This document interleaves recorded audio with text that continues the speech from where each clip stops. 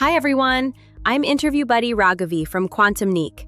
Today, we're mastering one of the most powerful concepts in C, pointers. A pointer is simply a variable that stores the memory address of another variable. Instead of holding a value, it holds a location. Think of it like this. Your house has a value, like the furniture inside. But your address tells people where the house is located. In C, a variable has a value, and a pointer is that address. To declare a pointer, we use the asterisk symbol. For example, int star p declares p as a pointer to an integer. We use the ampersand operator to get the address of a variable and assign it to our pointer.